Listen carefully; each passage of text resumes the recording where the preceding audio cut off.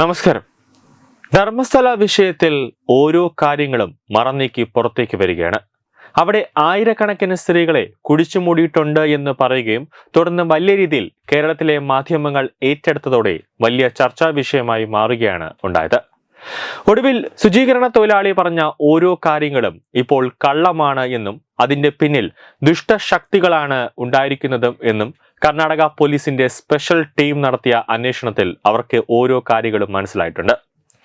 കാരണം നമ്മുടെ മലയാള മാധ്യമങ്ങൾ അടക്കമാണ് ഈ കർണാടക പോലീസിനെ കൊണ്ട് വലിയൊരു അന്വേഷണത്തിലേക്ക് കടക്കാൻ പ്രേരിപ്പിച്ചത്.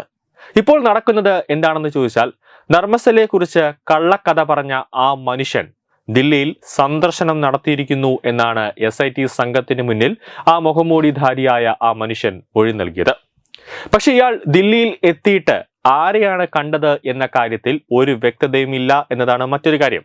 സ്വാഭാവികമായും കർണാടകത്തിൽ ഈ ധർമ്മസ്ഥല ഈ കേസ് അന്വേഷിക്കുന്ന SIT വിഭാഗം ദില്ലിയിൽ വന്ന് ഒരു എൻക്വയറി നടത്താനുള്ള സാധ്യത നമുക്ക് തള്ളിക്കളയാനാകില്ല. അന്വേഷണ സംഘം ചോദ്യം ചെയ്യുന്നുണ്ടെങ്കിലും ആരെയാണ് കണ്ടതെന്ന് ഇയാൾ പറയുന്നില്ല. കൂടാതെ ഇയാളെ പിന്തുണയ്ക്കുന്ന ഒരു സംഘം സുപ്രീം കോടതിയിൽ ഹർജി നൽകിയിരുന്നു എന്ന വാർത്തകളും പുറത്തു വരുന്നുണ്ട്. കൂടാതെ ബംഗളൂർ കോടതിയെ സമീപിക്കാനാണ് സുപ്രീം കോടതി ആ ഹർജി തള്ളിക്കൊണ്ട് നിർദ്ദേശം നൽകിയത്. ദില്ലിയിൽ നിന്നും ആരോ ധർമ്മസ്ഥൽ വിഷയത്തിൽ കളിക്കുന്നുണ്ട് എന്ന കാര്യത്തിൽ യാതൊരു സംശയവുമില്ല. അതായത് ഉടനെ തന്നെ ഈ വിഷയത്തിൽ അന്വേഷണം നടത്താനുള്ള ഒരു നിർദ്ദേശം ദില്ലിയിൽ നിന്നും സിദ്ധരാമയ്യയ്ക്ക് ലഭിച്ചു. അതിനെ തുടർന്നാണ് അന്വേഷണം നടത്താൻ കർണാടക മുഖ്യമന്ത്രി സിദ്ധരാമയ്യ ധൃതി പിടിച്ച് ഒരു ഉത്തരവിറക്കിയതും ഒരു സ്പെഷ്യൽ ഇൻവെസ്റ്റിഗേഷൻ ടീമിനെ നിയമിച്ചതും കൂടാതെ അതിൽ ഏറ്റവും പരിചയസമ്പന്നനായിട്ടുള്ള ഒരു ഉദ്യോഗസ്ഥനെ അതിന്റെ ചുമതല ഏൽപ്പിച്ചതും. ധർമ്മസ്ഥലയിൽ എങ്ങനെയെങ്കിലും തകർക്കാൻ, ആ ധർമ്മസ്ഥല എന്ന പ്രശസ്തമായ പുരാതന ക്ഷേത്രത്തെ എങ്ങനെയും ഏത് രീതിയിലും തകർക്കാൻ ഒരുപാട് നാളായി പല മുസ്ലിം യൂട്യൂബർമാരും ഒരു ശ്രമം നടത്തിയിട്ടുണ്ട്. ഈ മനാഫും ഒക്കെ അതിൻ്റെ ഒരു ഭാഗമാണ്. എന്നാൽ അതിലൊന്നും വിജയിക്കാതെ വന്നതോടെയാണ് ഇങ്ങനെ ഒരു തിരക്കഥ ഒരുക്കിയത് എന്നാണ് അന്വേഷണ സംഘം സംശയം പ്രകടിപ്പിക്കുന്നത്. കൂടാതെ മാധ്യമങ്ങൾക്ക് ഇതിൽ എന്തെങ്കിലും തരത്തിൽ ഒരു പങ്കുണ്ടോ, അല്ലെങ്കിൽ മാധ്യമങ്ങൾക്ക് ഏതെങ്കിലും തരത്തിലൊരു ഫണ്ട് ഈ ധർമ്മസ്ഥല വിഷയത്തിൽ ലഭിച്ചിട്ടുണ്ടോ എന്നടക്കം സംശയം SITയുടെ മുന്നിലുണ്ട്.